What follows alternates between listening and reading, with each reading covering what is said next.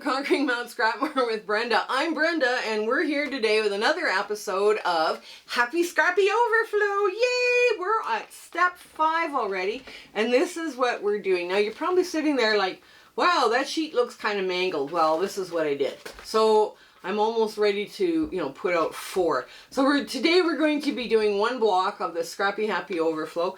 And yes, we have a couple of cheats for you, to make this a little easier piecing. I pulled stuff out already from my crumb bin, and we're just going to have a great time doing this today. So, and guys, I got to tell you something. I almost ran out of strings. I got to the certain point in this, and I'm like, I don't have enough strings to finish. And then I'm like, oh yes, I will. I won't. I will. I won't. It was kind of stressful sewing. That's because I was running out of strings. But we'll get to that in a bit. Let's do our shout-outs before I forget. Beth Ann Williams Quilts and Sweet Home Sewing by Laurel Young. Both of these YouTube content creators are doing some amazing stuff. Beth Ann Williams, I love her free motion quilting videos. So you guys, there's all sorts of cool creators there. So yes, if you see anybody else, right, that you think is really doing some cool, fun stuff like these 2 shout outs are, please send them my way. But yeah, if you hit their subscribe button because you go, wow, I really like their content, please tell them that Brenda from Conquering Mount Scrapmore sent you.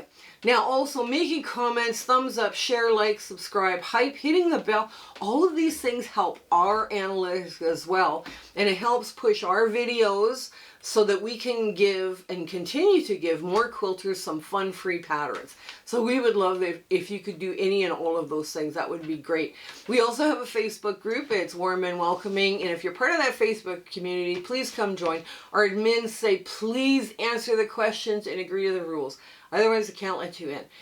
The virtual sewing room is currently hosted by Discord, and we have all sorts of fun chats and fabric exchanges, and we're just having a blast in there, right? So it's like a 24/7 party of sewing now. So it's all sorts of fun. Also, I speak for free, and my email address is under the About tab, or you can message me through the Facebook group. I'm quicker at Facebook answering than I am at email, because most of the time my email is broken because I get so many emails. Also, if you guys have shout outs, the About tab has the email, and you can also give me message me through Facebook. Just don't tell them. This is our way of sneaking around and do something nice for somebody without them knowing. Don't tell them that you put their name forward for a shout out, okay? So that would help them. That would help me out a lot too. Then I'm not sitting there in the schedule. You told me the shout out's coming when? Oh dear. That kind of thing. So yes. Now, I was also involved with 2 different collaborations this spring, summer, and fall. The first one I got involved with was the Quilter Circle Challenge. Now that is Michelle from Bits and Pieces, Kelly from Kelly's Silly Moon Quilting, another Kelly from Kelly's Quilts Plus, Sam Alberts, Deb from Sewing with Debbie, and Future Cat from New Zealand. Now, some of these people I worked with before, and we've just had a blast. Just a blast doing all sorts of fun stuff. But this challenge is they come up with a theme, they challenge each other, but we also challenge our viewers, and we are seeing some amazing stuff out of that. It's just wow, you guys are just doing an amazing job. The other collaboration is Handmade by Ying with Donna. She's running the Back to Basics collaboration, and she's assembled a whole team of YouTubers there as well to put out Back to Basics videos, right? So we're having a lot of fun there. And of course, it's geared to beginners, but if you've been around for a while and picked up a bunch of bad habits, like I have, I've picked up some bad habits, then it's time to go back and watch some of those videos. So if you want more information, there's her video there as well, and it gives the dates for everything else on that video. So yeah, is running out of Vegas, Las Vegas. They're running their charity drive for Alaska again. It ends August 15th. Now you're going to find a link in the bio or in the description box or show notes for their .com and their YouTube channel. You can get more information there. So I'm just giving you hey, there's a charity drive coming and this ends on August 15th. That's all I'm doing, advertising it for them. Also, you're going to find our Zoom sew dates, and it's usually the first Saturday of the month from 9 a.m. to 5 p.m. Mountain Standard Time because I'm in Alberta, Canada. And I think we've covered everything. Yes, we have. So come on in. Let's get to the sewing of step 5. Okay, we're at the sewing machine. This has already been marked by my tracing wheel. I don't know if you can see the little nubs, but basically you can feel it and see it when you're there once you do it with a tracing wheel. Now some people say you don't have to do it with a tracing wheel, and you know what, they're right. You don't have to do this with a tracing wheel. All it is a nice way of having everything line up for you, you know, very quickly on your work. That's all. So now I've just put start in the middle, 1, and then I just put one of the smaller pieces here, and I'm just gonna whip this under. Now, where to go? This end's gotta go here, and of course I've lost it. Okay, there we go. Now, you start about a good 1/4 inch back, you hold the paper in place, and you let the needle bounce up and down. Sharp needle shortens your stitch length, and you go across, and then hold it until you're like a 1/4 inch past, and now you've got a nice little knot in your work, right? And it doesn't come undone very easily, but it, you know, it creates that little stop. So I just finger press these out of the way. Okay, and I just grab the next piece. The next piece would be this kind of goldy thing, but I am going to, I didn't trim this side. There we go. There. I'm just going to trim this. I'm going to get the paper scissors out of the way because it's not making me happy. Now, if you wanted to, you could use your blacks and fussy cut all sorts of cute little motifs. I did some. I had a few little Star Wars characters left, and I thought, okay, they'd be cute. They'd be cute in here, so that's all good. You can do that. Okay, which one of these is wrong? Somebody is wrong. Somebody's hung up. There we go. There. Okay, and you line it up, flip it down. Now, I am using my crumbs for this, and if it is a crumb in my sewing room, it's death to the crumb. I do not save pieces unless it's an exceptional color, bright, pretty, but you know, something like this goldy brown, yeah, it's going. It's all going. It's all death to the crumb. You know, one of those things where, you know, you save all these little bits because you know you're going to use them. And I think my favorite way of using them is by foundation paper piecing, right? So, yeah, death to the crumb. So now you just put your next one down, and you make sure you've got it over a real chubby 1/4 inch on either side. So, and I tend to use all my odd shaped pieces like this for my foundation paper. If it's big enough, it goes. There we go. Again. There. There. Flip it over. These don't take very long, and I always think this is like one of my favorite ones to design with, these little blocks like this, because they're darling when they're done. It's just like, oh my goodness, there's so much work. Yes, they are, but they're beautiful. You know, they're just simply, they're cute. They're just perfect. There we go. Get that out of the way. All of that stuff goes into the pet bed because we're a low waist. Now this one's got all sorts of color.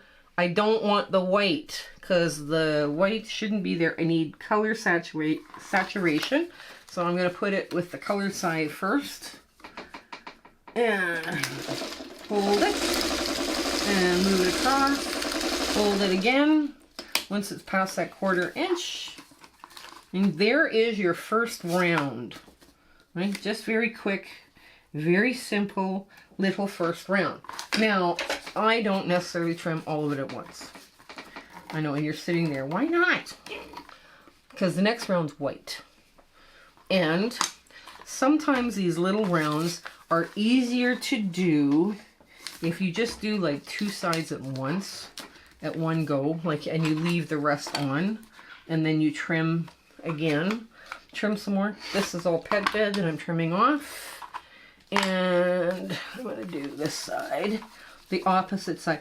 I'm not following the numbering. And I tried to play with my numbering here so that I would, you know, like 1, 2, and then 2 would be on one end, and then 3 would be directly across. For some reason, oh, I just lost my ruler. For some reason, it doesn't want to do it that way. So I'm like, okay, you don't want to do it that way? Fine. Now I gotta take this bigger piece, and just like so, there. My 1/4 inch ruler has gone flying across the room. So we're going to do it differently, because I don't have time to be picking it up. And I have another ruler here that has got a 1/4 inch mark on it, so we're good. There, now. There we go. So now we put, ooh, I don't know, the balloons, I guess. The balloons. Yeah, the balloons would be fine. There, so you want more when you fold it, so more of the low volume shows and not so much the balloon. But there we go.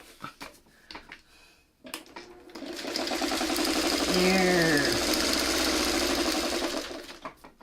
And for those of you who want to see that this can be done without a 1/4 inch ruler, here's your opportunity. Because I said the 1/4 inch ruler just went flying across the room. It made a great bounce off the floor. I hope I didn't break it. But anyways, I don't have another one here handy. So all I'm going to do is just do this. Now, I do have another ruler here, which I'm going to quickly pick up. And I'm just going to press it down out of the, there's a hinge right here. And I'm having problems pressing this down so that it's safe for me to cut. So I'm just going to line up the edge of the paper with that 1/4 inch and just trim it like that. You don't need an add a 1/4 ruler, especially one that is flying across the room. Oh no. But yeah, you can do it this way. You can actually do them this way. That's fine.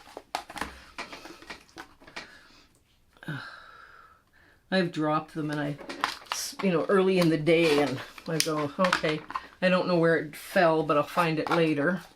And I've done like, a whole day's worth of these just with, a regular ruler. You do have a 1/4 inch marking on that regular ruler. So now I line it up the other way. Down it goes. Hold it in place. There we go. Let it go up and down about 3 times. That's all you need, 3 times. If you want to do more, that's fine. Okay. And finger press that back out of the way. You would iron in between, right? If you haven't got really sharp nails, there's people that, they do an entire quilt and all they've done is finger press. And their quilt turns out lovely. Because they haven't ruined their block by not ironing it, right? I guess some people say that if you're going to iron or press, ironing will ruin your block, because ironing is like this, right? And you create all sorts of distortions in your block when you do that. So again, let me just push this out like so, and we do 2 sides of color, and I'm just gonna go like this, just like this. There. And do the other side, the side directly opposite. There we go.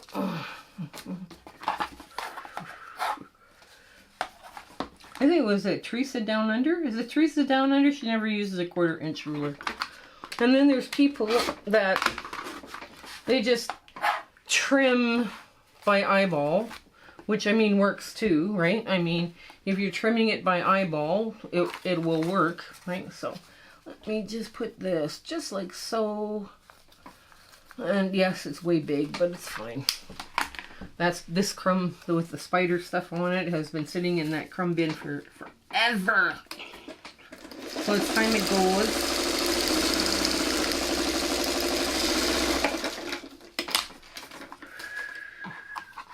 So yep, it's gone. It's gonna go. There. Ugh. Here.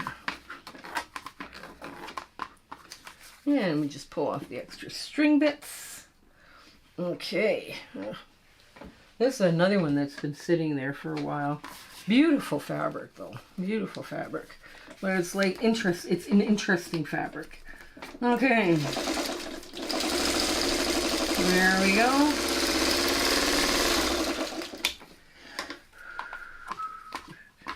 Here. There we go. And another trim on both sides.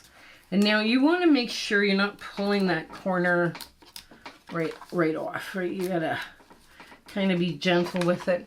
This is why you have tape. Tape is your best friend in these foundation paper piecing that you're doing.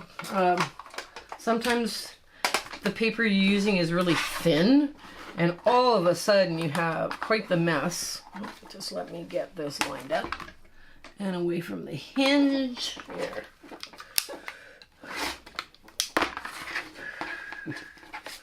And we'll go to the other side, get that all lined up. The tracing wheel makes it much easier to press over too. Like just, you know, you can get your fingers on one side and the other, and it just usually flips right over. So it makes it easier to fold, which is also a good thing. Okay. There, now.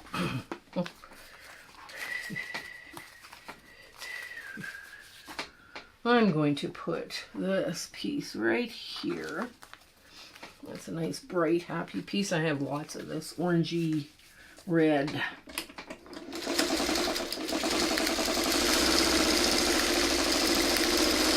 Okay. There's one side.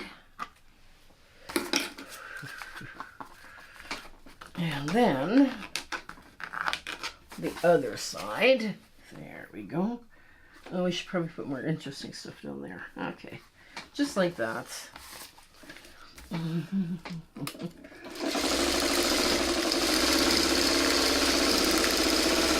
Okay. And that's the last piece we sew on. Then we press it, or finger press. You know, you can finger press it or whatever. Then we're going to put it under and put our stay stitching down.